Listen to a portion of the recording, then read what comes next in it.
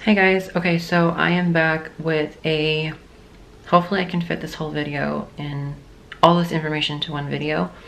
My intention with this video is not to scare you at all.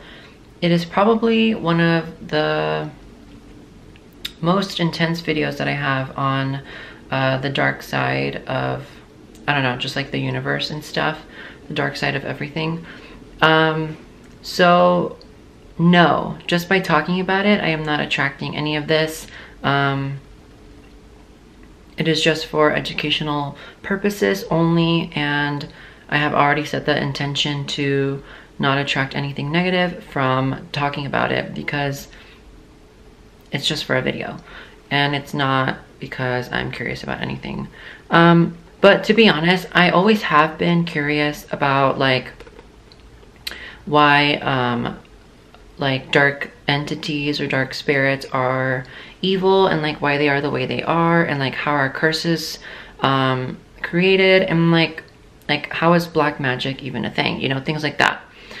So some of those questions will be answered in this video. There is a lot covered in the book that I'm not covering, but the video would just get way too long. So I'm going to cover what I found to be interesting and what I feel is educational for what I resonate with sharing. So yes, this book is called Protected by the Light, and it's by Dr. Bruce Goldberg. I have read 2 other books of his, and I've already posted 2 other videos of his. So this one's Protected by the Light. The full title is The Complete Book of Psychic Self-Defense. So what better time to talk about spooky stuff than October? So let me just put the book aside because I have my notes here on my phone. So I'm basically, like I always do, just basically reading my notes out loud that I got from the book. Telepathy is the essence of a psychic insult to our soul or subconscious mind. I think I already butchered the notes, sorry. What would that word be? I don't know. I am of the belief that each and every one of us, at one time or another in our lives, has been under some form of psychic attack. This attack is perpetrated by invisible forces that exist in our universe. These energies are not necessarily some demonic spirit or the result of some black magic conjure. The very negative thoughts and emotions of your family, friends, co-workers, and neighbors may be responsible for this unfortunate circumstance. The main point I am making here is that these negative energies travel to our subconscious telepathically. When you protect yourself from such an attack, it doesn't matter how often you are exposed to these negative forces. They will not be able to harm you in any way. Imagine for a moment thinking about someone in your life. As you focus your concentration upon this person, you create a psychic atmosphere and connection with this individual. You may even generate a thought form or a tulpa. This rapport you establish with this other soul can also have a positive effect. You can project loving energy and white light that can assist their natural healing functions. Most psychic attacks begin on the astral plane. This meeting place of countless physical, mental, emotional, and spiritual visible forces acts in conjunction with sound colors, orders natural phenomena on the earth plane to produce a continual barrage of negativity. We possess within us and around us the natural defenses to render a psychic attack meaningless. The first line of defense is our aura. If we keep this energy field strengthened, no psychic attack can in any way harm us. However, weakening this protective shield to the extent that it tears in its integrity, our created results in one or more of these forces piercing our line of defense. Even with this insult to our aura, a psychic attack can be held in check, the forces ejected, and the restoration of complete health and well-being completed. It is when we allow these forces to be incorporated inside our aura that chronic recurrences of the psychic attack ensue. This is equivalent to embedding a splinter in your finger, failing to remove it, and later having to treat the subsequent infection. Conventional medicine and psychotherapy will be ineffective with a true psychic attack. Any history of involvement with white magic, covens, psychic groups, and Friends or associates who may be members of these groups should also be ascertained. It is relatively uncommon for some unseen force to come in search of some unlucky human for just no apparent reason. There are three major motives for a psychic attack. This simply consists of accidentally disturbing some unseen force or consciousness by practicing an occultist technique, subconsciously creating a thought form or an untimely encounter with an energy being during the dream state, or some other out-of-body experience meeting. When such an unseen force is disturbed, it has a tendency to respond by lashing out at the person responsible for this disturbance. The simple motive is revenge. It must be remembered that these entities are not happy campers. Whether they are thought forms, ectoplasm attackers, or just discarnate entities in between lifetimes, such as ghosts or poltergeists or demonic spirits, these beings are angry and want to be left alone. Also, all suicides are due to some sort of psychic attack. You know, I don't know if I fully believe that, but food for thought. You will find my references to any black arts practitioner devoid of respect. I have treated hundreds of patients since 1974 who have been victimized by these technicians. Those souls who practice any form of white magic do so for the purpose of healing or creating abundance. However, black magic advocates, have as their purpose revenge, anger, or some other distasteful reason for attempting to harm others. Black magic techniques all originate from the mystery schools. This is a negative offshoot of religion that has plagued mankind since before civilization began. Shamans developed these black arts long before civilization blossomed. A single black magic practitioner is very dangerous. The Black Brotherhood covens from which they function results in a concentration of these perpetrators, and more powerful evil forces result from their collective assault.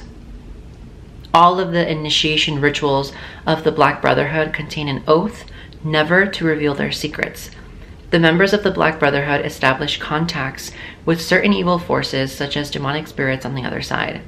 These demonic beings can be called upon by a coven member to exact a revenge on any person who has dropped out of the coven or revealed its secrets. These demonic forces or thought forms can be quite powerful and effective on one of its former members. The function of the aura is to act as an outward extension of the soul's energy. As such, it holds, with this electromagnetic energy field, a record of every event that has happened to us, including past life experiences and psychic attacks. Voodoo originally developed as a religion in which the gods descend and possess their worshippers, and in which the ancestral spirits are invoked to give oracles and become a power in the household. The black magic aspect of voodoo involves casting spells, sticking pins into dolls, lighting black candles in cemeteries to Baron Samedi, a lord of the underworld and patron of all black magic, and calling upon the dead, such as spirits and zombies. Voodoo practices continue today and represent a dangerous and efficient form of psychic attack. It is easy for the skeptic to mock these concepts, but when you have seen as many patients as I have who have been victimized by these forms of psychic attacks, it is no laughing matter.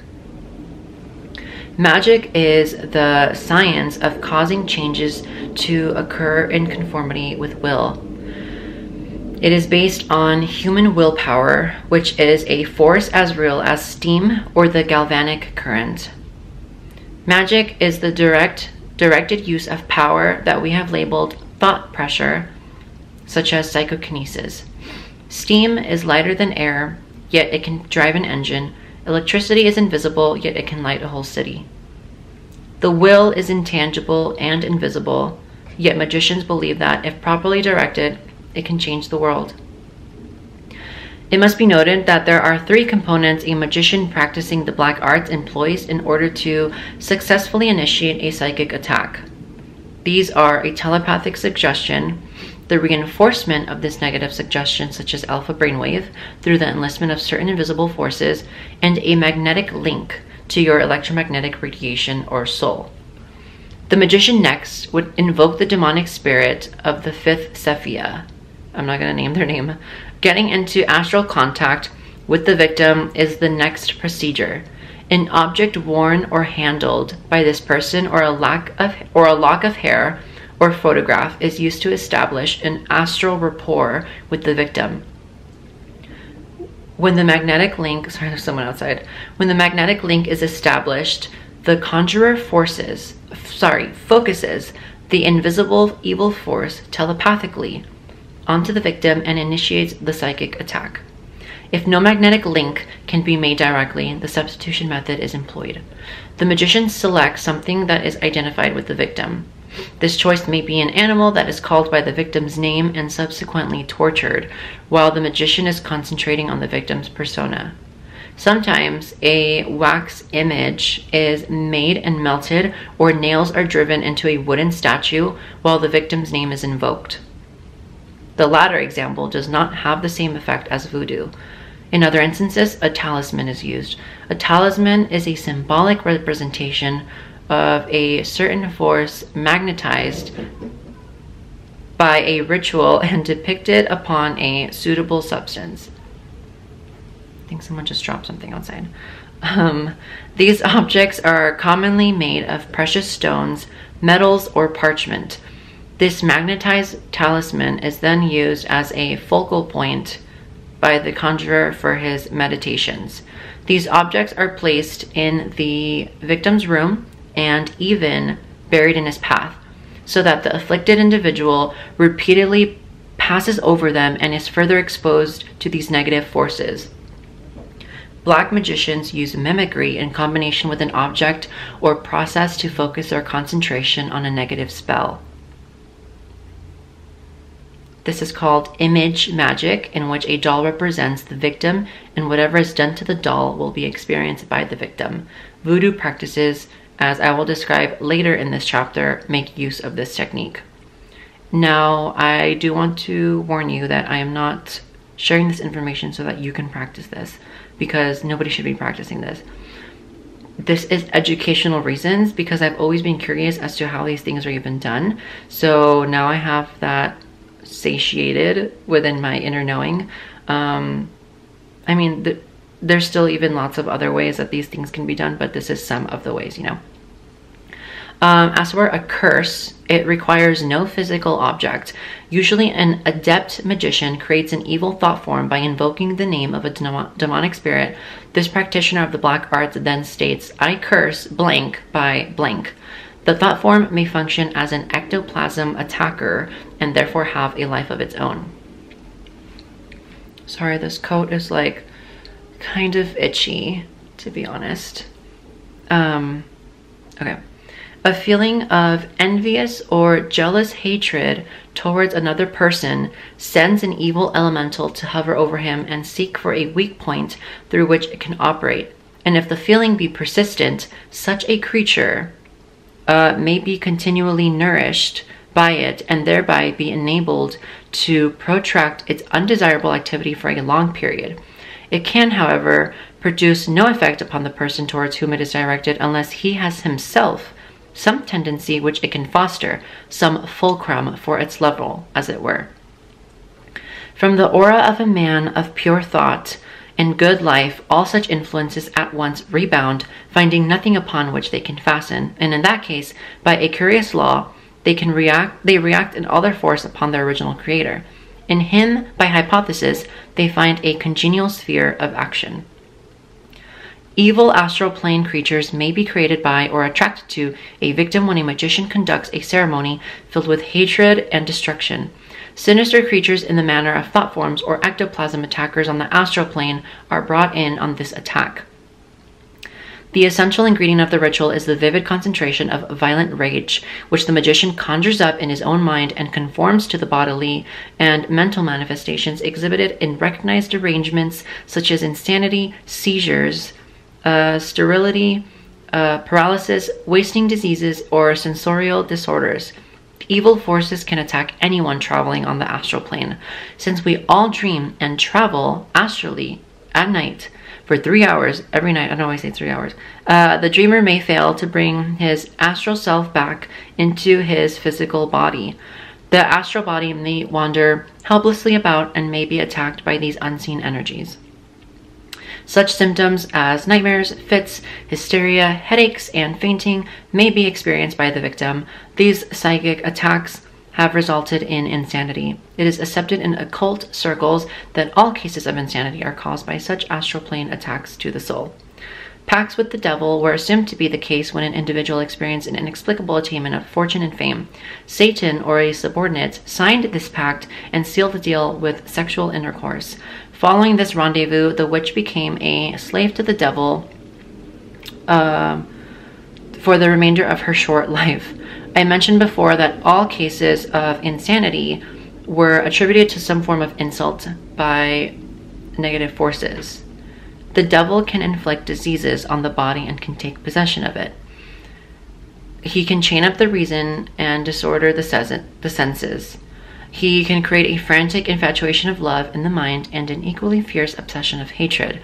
He can create all manner of delusions that, although hallucinatory, are fully convincing to the unfortunate victim. So witches involved in the black arts have quite a different reputation than their Wicca counterparts. The devil or Satan has made a pact with these witches for their soul. After engaging in sexual intercourse with a witch to close the deal, a minor demon, known as a familiar, is given to this black magician. The demon-containing pets of witches were called familiars. This familiar was assigned the task of watching over the witch on Satan's behalf and carrying out the diabolical missions that she entrusted to him.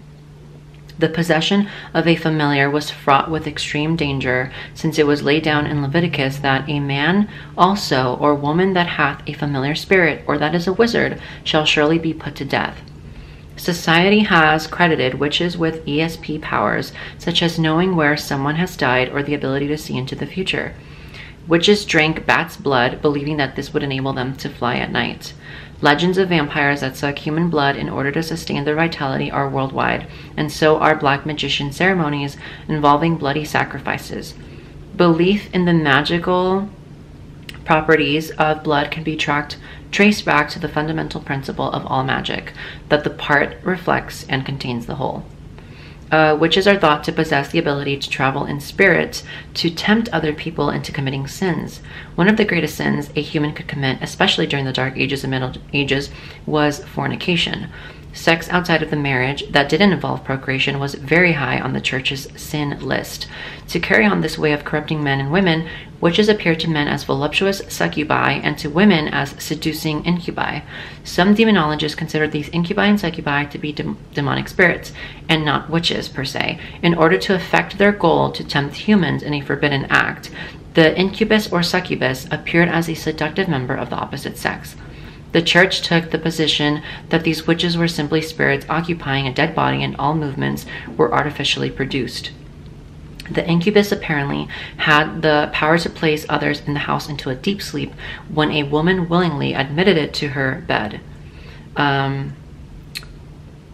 Some stories alleged that this demonic spirit could even render a husband so soundly asleep that the spirit could enjoy his wife in the bed beside him. Ill wishing is the simplest form of psychic attack.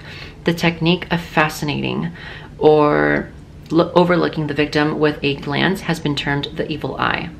This form of black magic gave new meaning to the expression "if looks could kill."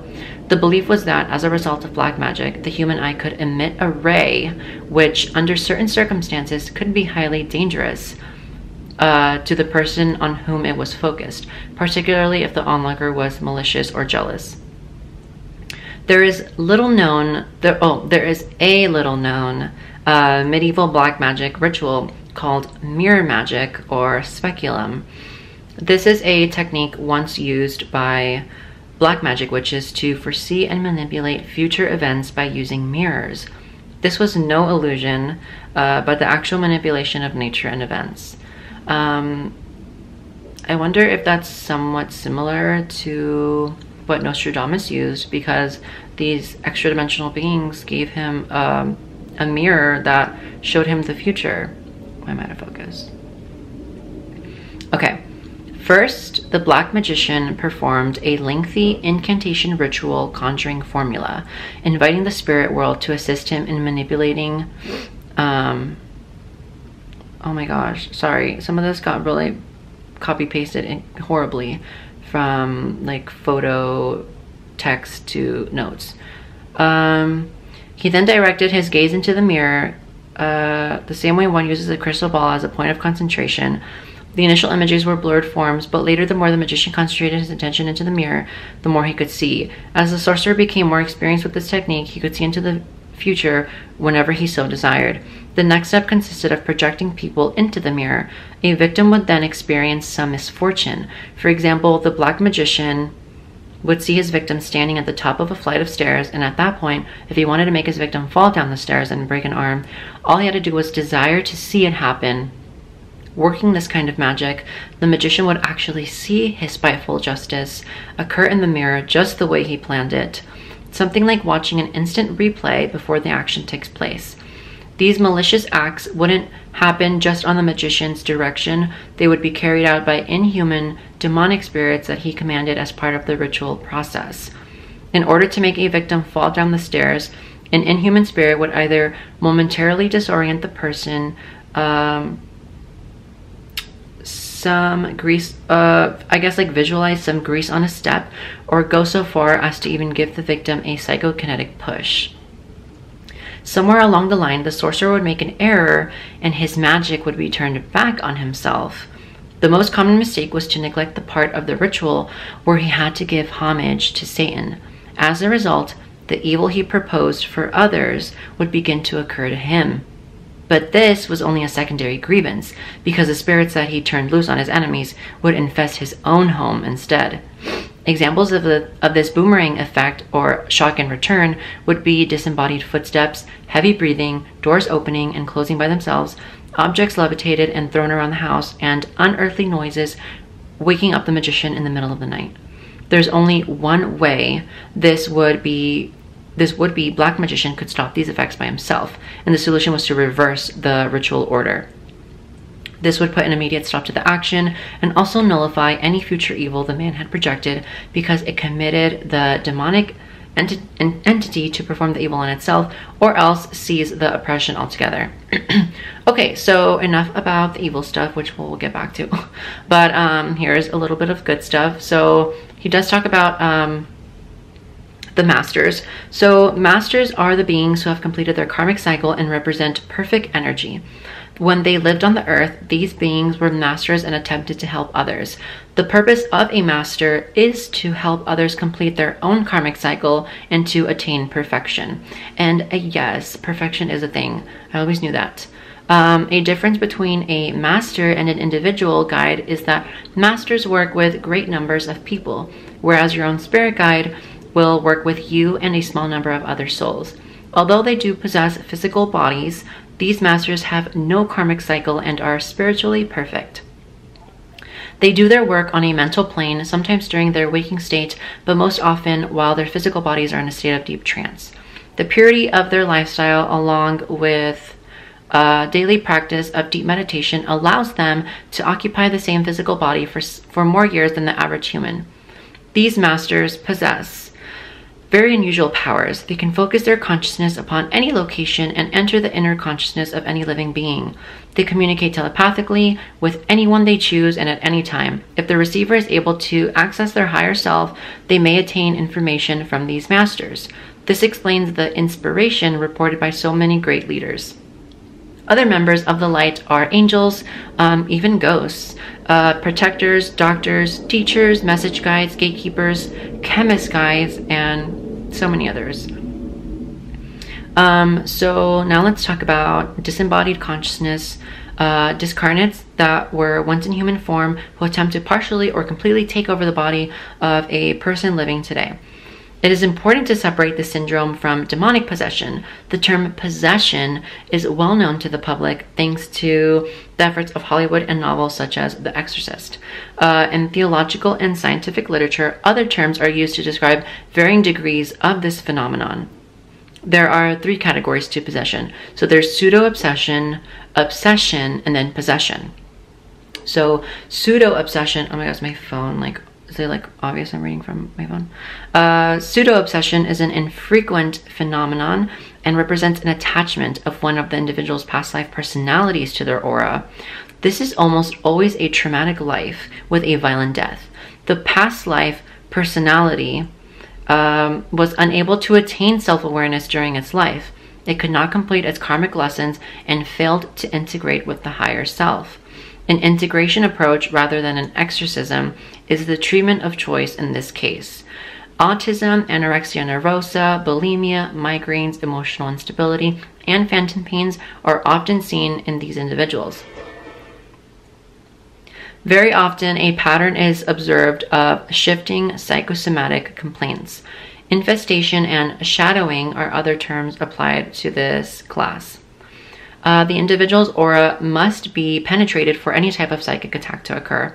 A true obsession involves a foreign discarnate entity, such as a poltergeist or ghost, attempting to take over the body of a human being. This is the most frequent type of possession. The term disobsession is sometimes applied to the removal of this type of spiritual attachment. The obsessor disincarnate may be attached to the individual's aura or to the soul itself with this person's physical body. These entities may also have been involved with the obsessed person in a past life, but as a separate human being. A true obsession can happen accidentally or be intentional. It may be an active or passive process. These neutral or positive spirits usually have no intention of permanently taking over the person's body, and channeling by a medium is another example of this category. Let's see how much I have left. Oh my god, there's still a lot. Let's see. Techniques used in treating spirit attachment cases. One method to resolve the situation is to persuade the possessor or obsessor to leave the host. A disobsession approach consists of talking to the entity while the host is in a hypnotic trance. Here are some examples of statements that could be made to the discarnate. Your physical body is dead. This being is not you, and you will never be this person. By entering the light, you will be with your loved ones, occupy a perfect body, and have a peaceful and fulfilling life. What you are doing now is harming yourself and this person you are temporarily attached to. You need not fear hell. Hell does not exist. Live in peace and love and consider yourself blessed. Sometimes it's necessary to regress the host to a past life, though, to relive the exact moment of attachment of the discarnate. I always enlist the aid of the host's masters and guides and higher self during these procedures. Spirit attachment is a very real condition which affects human beings. When a discarnate attaches itself to our aura, it most definitely will alter our physical condition, emotions, behavior, and thought processes. This syndrome is separate and distinct from schizophrenia, subpersonalities, thought forms, multiple personality disorder, dissociation, hysteria, and other psychiatric classifications. So just why do negative entities attempt to possess humans in the first place? Well, these demonic spirits live in a realm of pure hell, so intolerable that they will do anything to escape it. This hell is created by these demons tormenting one another. The only escape for a demon is to possess a human body. Several demonic beings can possess humans, and this is actually the rule. The other incentive for possession is to foster the destruction of mankind and seize the earth. This Antichrist mentality dominates demonic actions. So teleportation, levitation, materialization, and dematerialization of physical objects is observed. The demonic spirit brings about unnatural activity to prove to witnesses that inhuman powers are in effect. When a person has truly come under possession by the demonic power, only exorcism will reverse this process. It is not simply the body that the demonic takes into bondage, but ultimately the soul. The demonic spirit is jealous of the free will that man has, along with life itself. Life and free will belong to man, but the soul belongs to God. So the demonic entity attacks the human soul to spite God. An exorcism literally means to cast out evil spirits in the name of God. All major religions have some form of exorcism ritual as part of their liturgy. The ritual with which most people are familiar with is the, sorry if I butcher the name, Ritual Romanum. That was developed by the Church of Rome for the express express purpose of exorcising demonic spirits from the body of a human. Sorry if lots of these words in this video are messed up. My copy paste from my photos butchered. Not all exorcisms are a major order or of a major order. An example of a minor exorcism is a blessing. So the baptism ceremony would be a minor exorcism. This has been suggested as a reason why there are so few spontaneous demonic possessions, because a lot of people have been baptized. Other religions have their equivalent rites. You can think of a demonic entity as an inhuman terrorist that possesses the body of a human and holds the soul as hostage. The ritual Romanum is a technique designed to free the soul from this tyranny. Before church authorities will even contemplate a major exorcism, the evidence for possession must be unchallengeable and overwhelming. All natural explanations must be eliminated, while all supernatural claims must be proven and verified. It is important for humanity that each and every soul be saved, since demonic spirits have as their main goal the destruction of humanity and the takeover of the planet. I didn't know that, to be honest. I thought they were just destructive forces. I didn't know they wanted to take over the world. One common misconception by the public is that of assuming that a haunted house or attempted possession is just a ghost. A ghost or a poltergeist is a wandering human soul in between lifetimes. The demonic spirit, on the other hand, was never human. The fact that a demonic spirit is a shrewd and calculating intelligence is frightening. This is not something that is dead. It is an active, negative intelligence that predates humans in cosmic evolution. It is more knowledgeable than us because it is older than us. It is a powerful negative intelligence completely lost in its hate for God. Okay, a ghost is a passive entity with limited powers and abilities. Usually it will manifest at random, attempt to communicate, and then dissipate from view. This spirit rarely does anything. It is a loner who is enmeshed in its own baggage and seeks to resolve its own problems. A ghost's actions are predictable. It wants either to be left alone or to communicate with humans about its own issues. While a ghost could manifest at any time, day or night, demonic spirits, on the other hand, appear most frequently in the absence of natural light. Disturbances tend to begin after sunset and end before sunrise, and unlike the ghost, which requires light energy to manifest, demons are black when visible to the human eye and desist in the presence of light. A demon moves in a large, formless mass, typically described by witnesses as blacker than natural black. Everything associated with demons is terrifying and negative. While a ghost vanishes when fear is aroused, a demonic entity's presence is intensified by this terror. The demon's arrival is accompanied by a sense of utter terror and foreboding and an undeniable sense of evil and animosity. Often a foul, revolting stench of sulfur, excrement, or rotting flesh will fill the area where it materialized. This negative entity often leaves behind a residue of blood and other bodily fluids as well. As mentioned before, a host must give his or her permission for a possession to occur. The demonic spirit does not have free reign over anyone. Through the exercise of free will, men or women choose to open the door to the unknown. Demonic spirits are attracted to negative emotions such as despair, hate, alcoholism, rage, misery, and suicidal tendencies. A healthy, positive individual with a sense of empowerment and well-being has nothing to fear from these entities. Demons do not bother happy souls. By the law of invitation, an individual can deliberately summon the demonic through a ritual or via some channel of sincere communication. This is an open, voluntary gesture involving ceremonial magic, incantations, seances, and use of the Ouija board or secret profane rituals. Satanists and black magic witches are able to summon specific demonic spirits and command them to commit actions for either personal or group benefit, fulfilling wishes for material riches, sex, power, and the downfall of adversaries.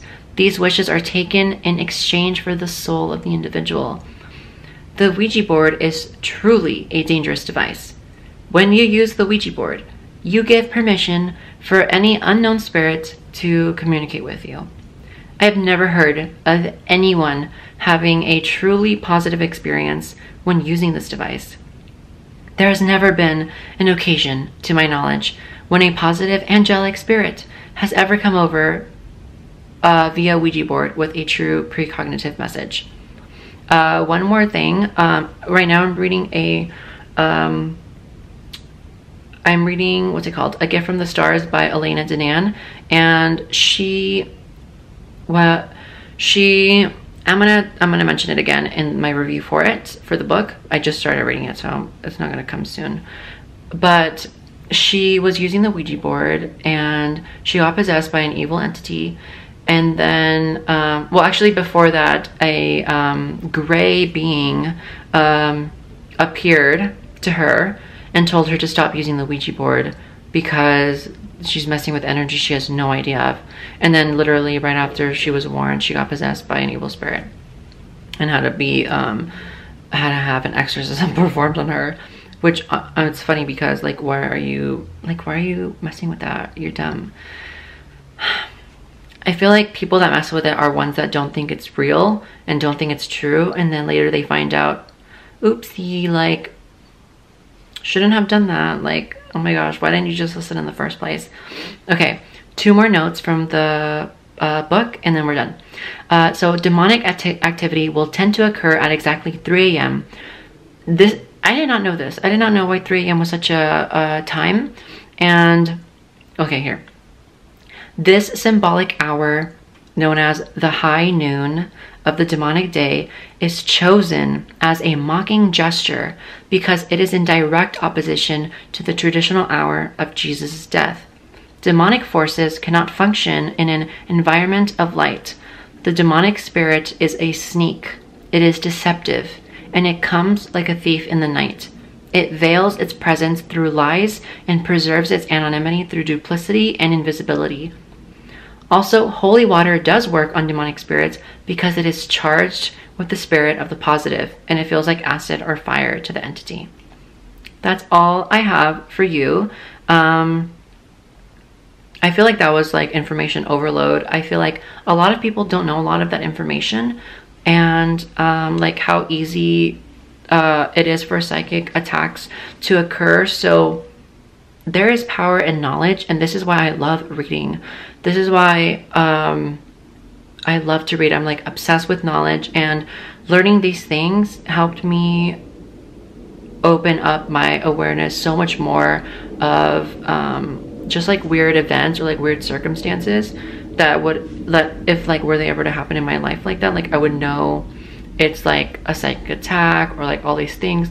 It can be so many things. There's so many things out there, so many practices and like telepathic things and like magical things out there that it's just so insane to like narrow down to just a few like techniques and stuff like that to figure out like what's going on if something's bothering you, right?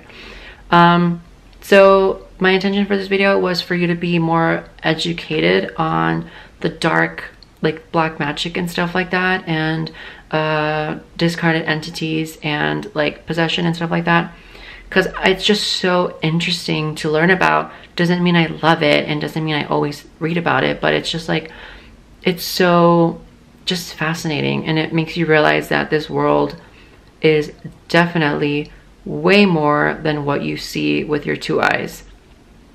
I don't need to see someone possessed or floating to know that it's real.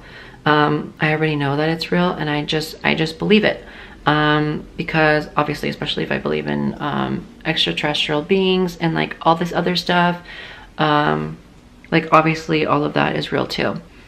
And hopefully this video did open your awareness, and